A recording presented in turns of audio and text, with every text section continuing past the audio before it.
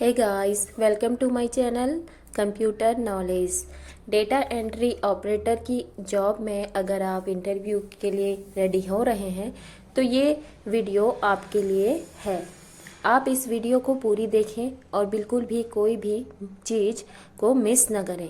मैं ऐसा इसलिए कह रही हूँ क्योंकि इंटरव्यू में जो क्वेश्चन पूछे जाते हैं उनके आंसर सहित मैं आपके लिए वही क्वेश्चन आंसर लेकर आई हूँ। तो वीडियो को ध्यान से देखना और सीखना। सबसे पहला प्रश्न आपका होता है, आपके अनुसार डेटा एंट्री ऑपरेटर की प्राथमिक भूमिका क्या है? तो डेटा एंट्री ऑपरेटर की जो प्राथमिक भूमिका होती है वो किसी विशेष क्षेत्र से किसी भी संबंध के बिना कंप्यूटर में डेटा दर्ज करना होता है।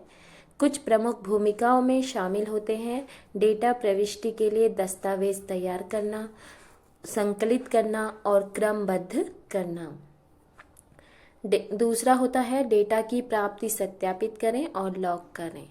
स्रोत डेटा एंट्री को आवश्यक इलेक्ट्रॉनिक प्रारूप में ट्रांसक्राइब करना, ट्रांसक्रिप्ट होता है ना जो, वो करता है। कीबोर्ड डेटा रिकॉर्डर या ऑप्टिकल स्कैनर का उपयोग करके कागजी प्रारूपों से जानकारी को कंप्यूटर फाइलों में स्थानांतरित करता है। डेटा एंट्री के ये प्रमुख कार्य होते हैं।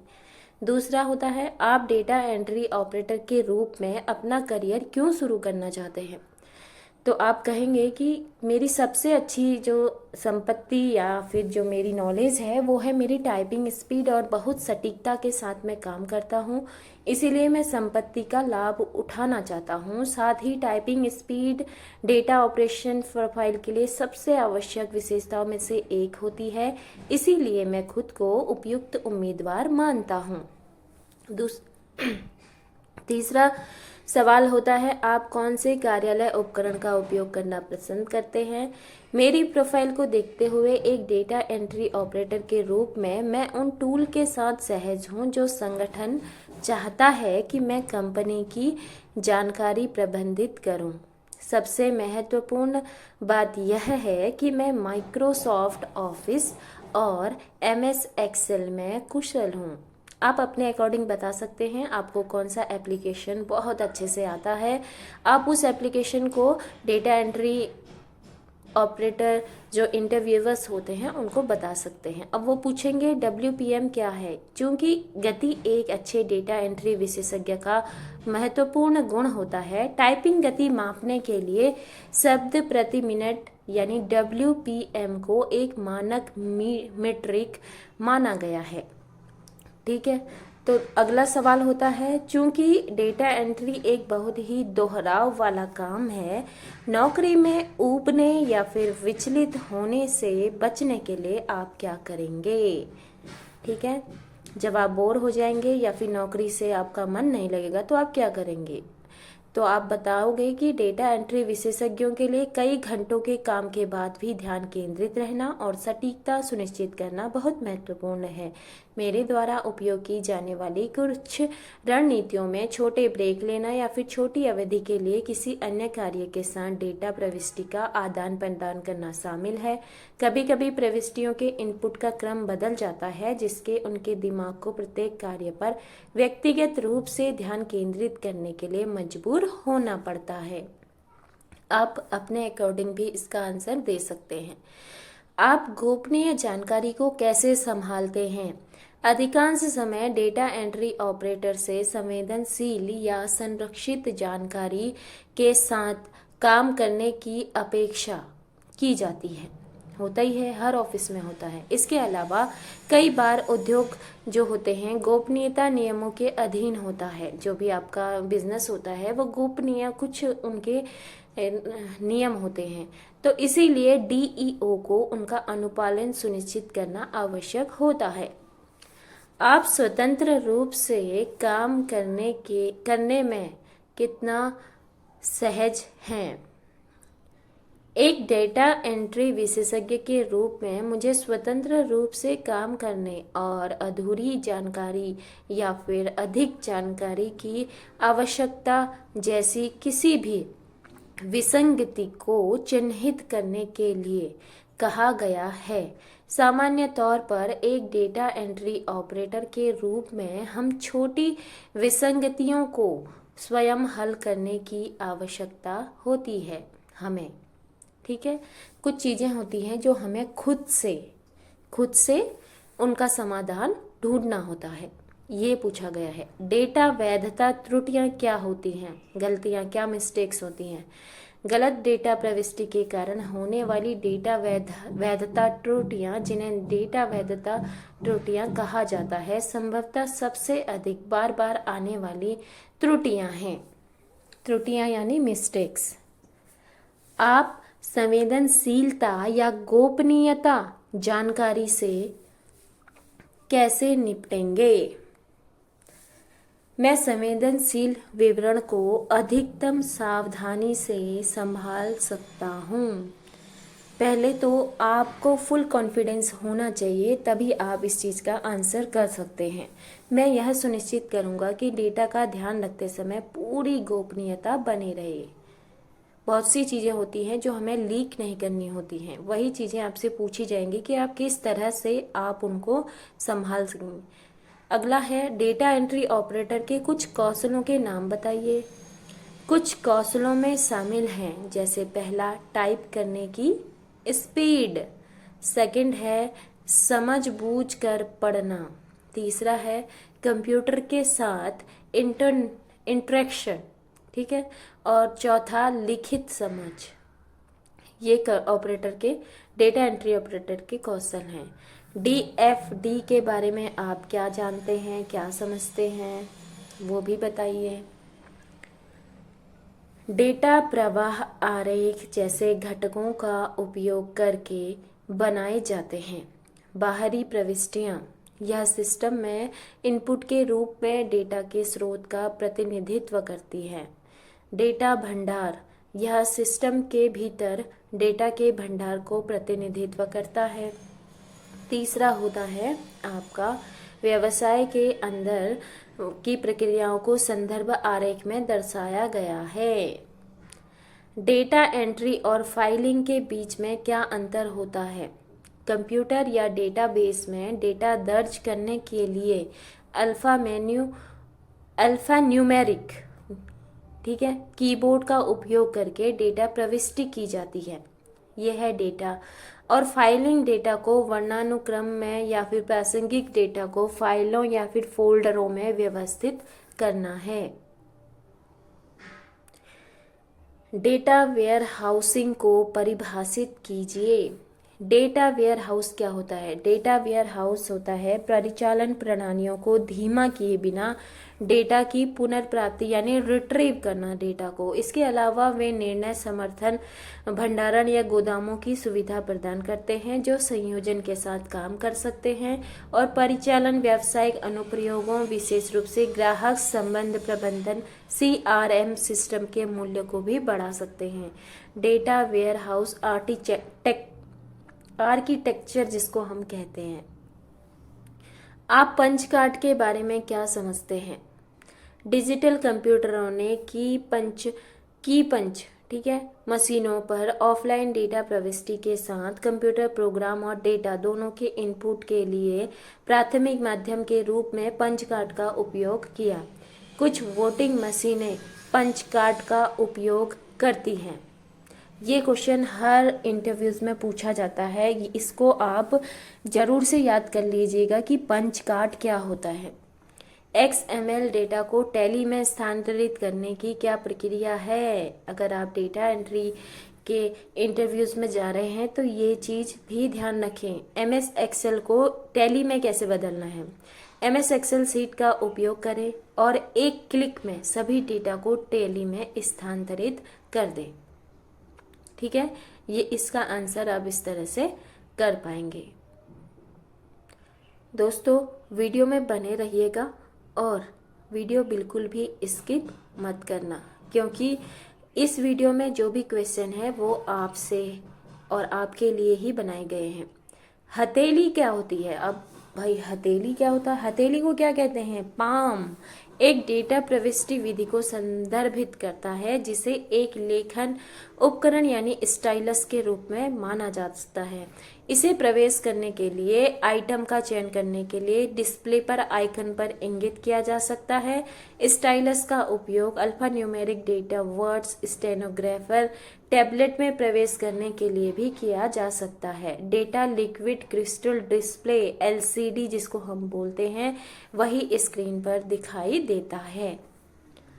ये होता है हथेली।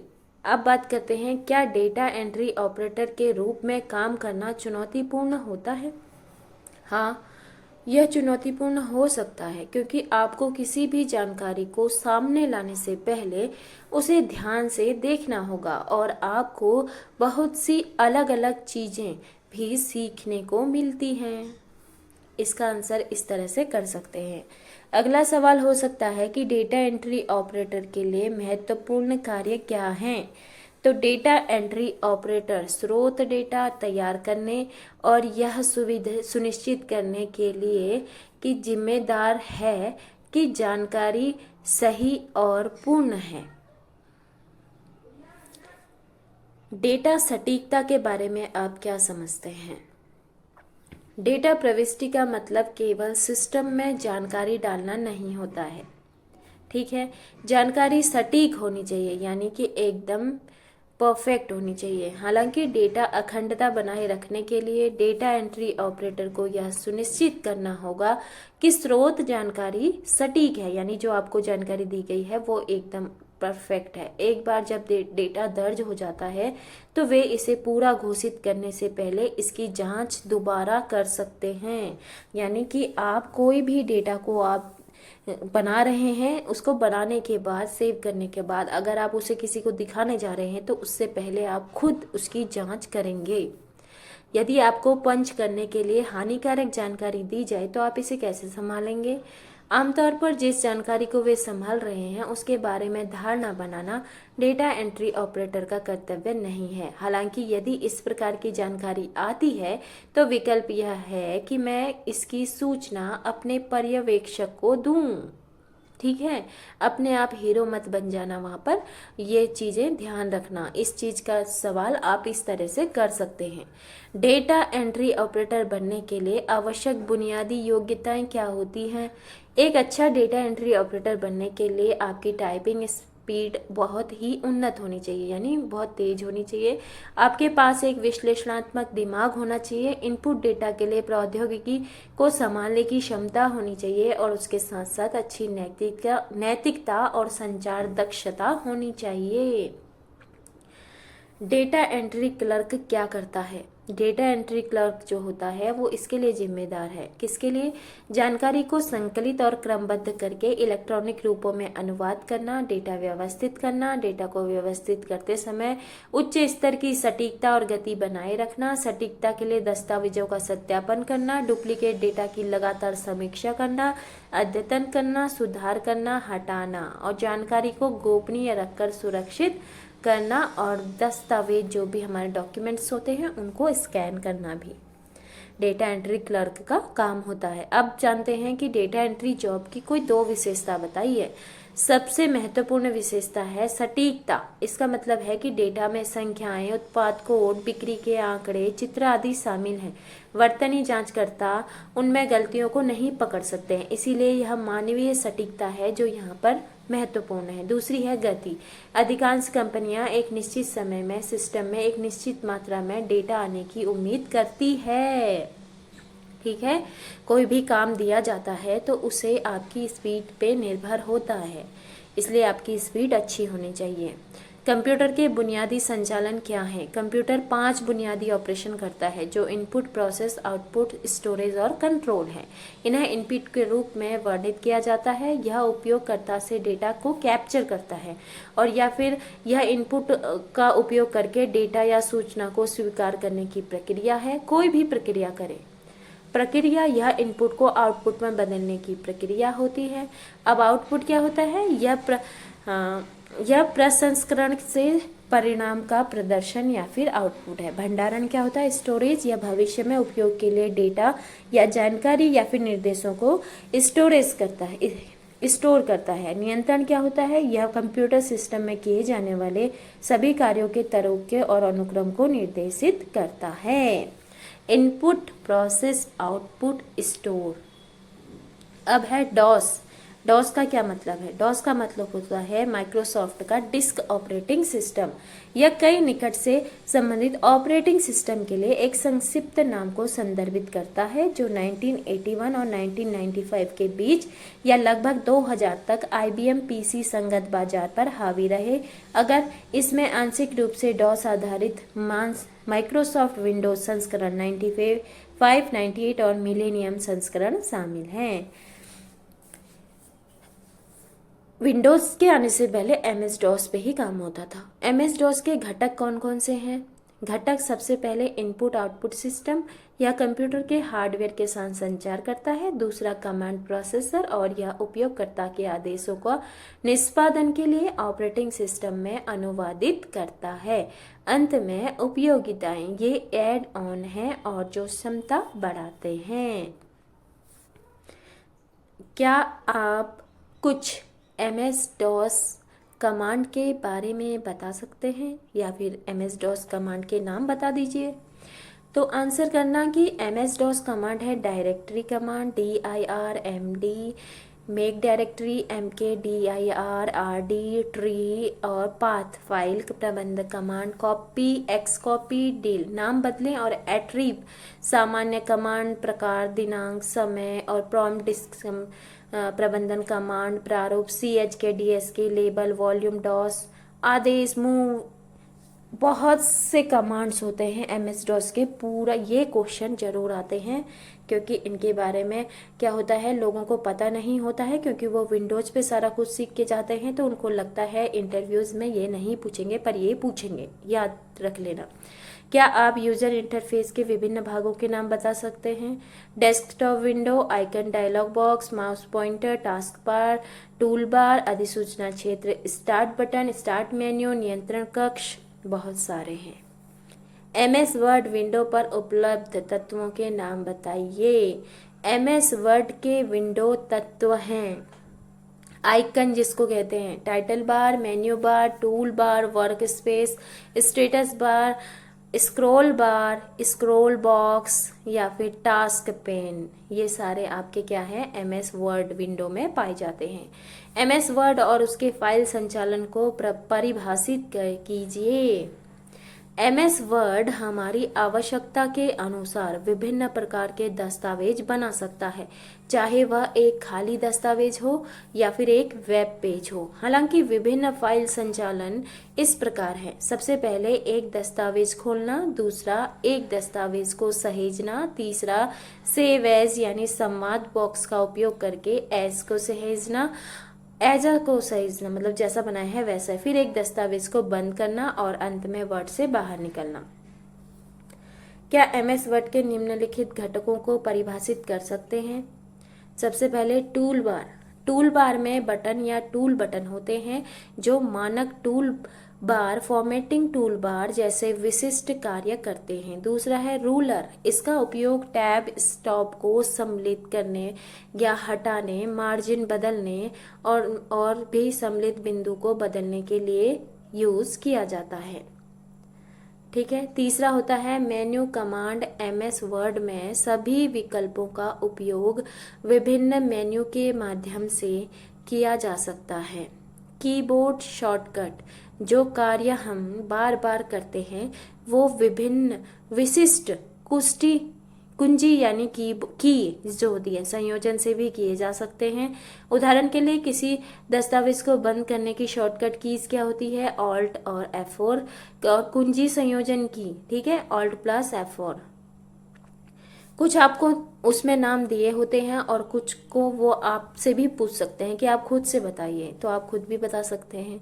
क्या फॉर्मेटिंग को परिभाषित कर सकते हैं? इसका मतलब है कि दस्तावेज के स्वरूप को उसे अधिक पठनीय या आकर्षक बनाना। फॉर्मेटिंग यानी टेक्स्ट को फॉर्मेट करना, समझ रहे हैं ना? फॉर्मेटिंग में वही होता है जो आपने इटैलिक, बोल्ड, स्टाइल वगैरह सारा उसमें फॉन्ट साइज वगैरह सारा मिलता है, वही चीज होता है फॉर्मेटिंग। वर्ड में फॉर्मेटिंग के प्रकार बताइए।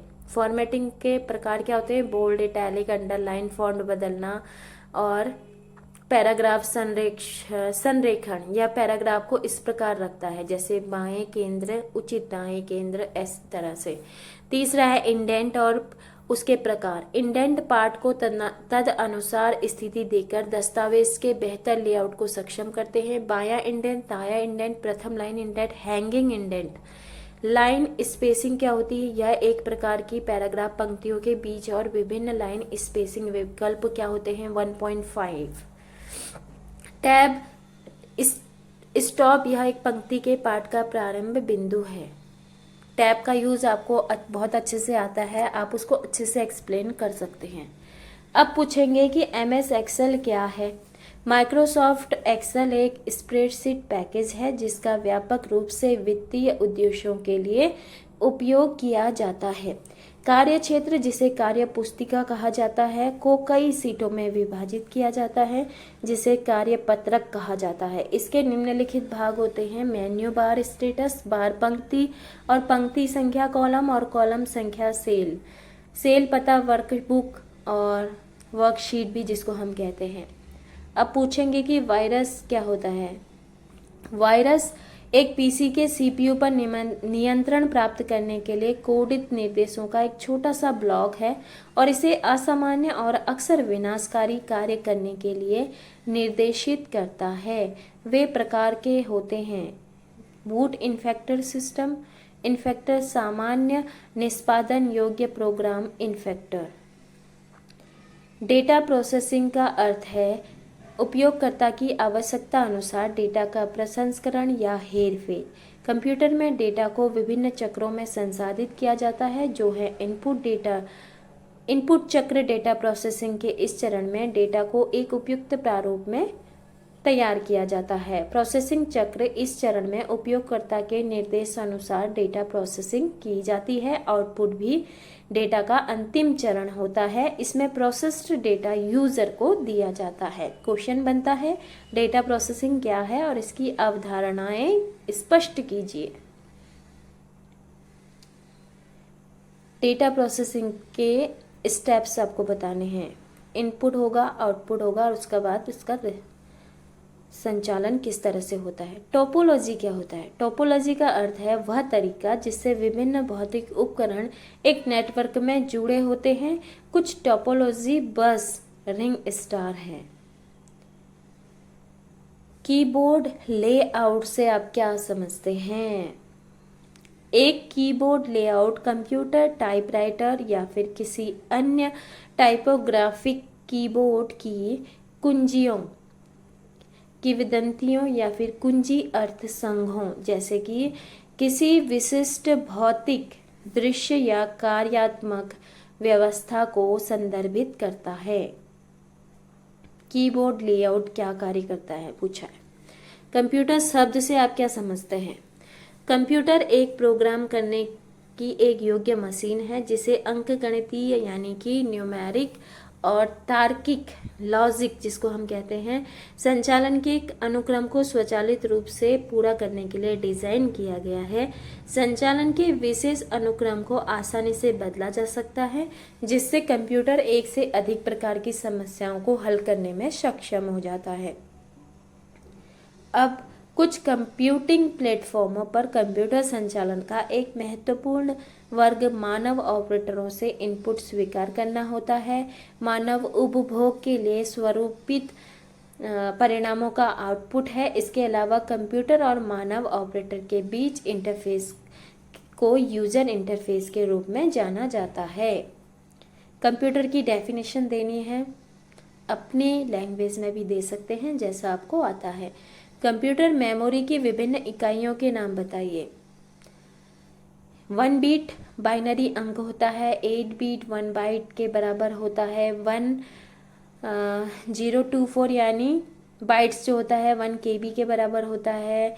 1024 KB 1 MB के बराबर होता है। इसी तरीके से इसका MB GB बढ़ता रहता है। ठीक है, ये होते हैं बिट्स।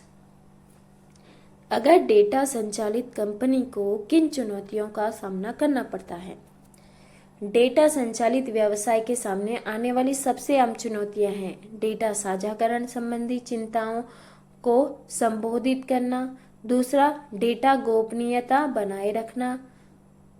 तीसरा, डेटा को समझना और व्यावसायिक प्राथमिकता के लिए डेटा को लागू करना।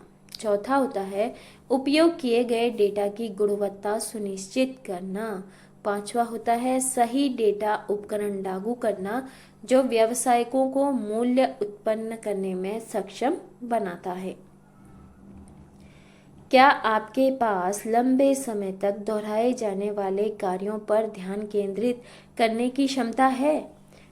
चूंकि डेटा प्रविष्टि दोहरावदार और अपरिवर्तित प्रोफाइल वाली हो सकती है, लेकिन मेरी ताकत को देखते हुए मैं अच्छी तरह से केंद्रित हूँ और यह सुनिश्चित करता हूँ कि नियोक्ता गलत या खोई हुई जानकारी से जुड़ी वित्तीय लागत और दायित्व जोखिम को कम करें।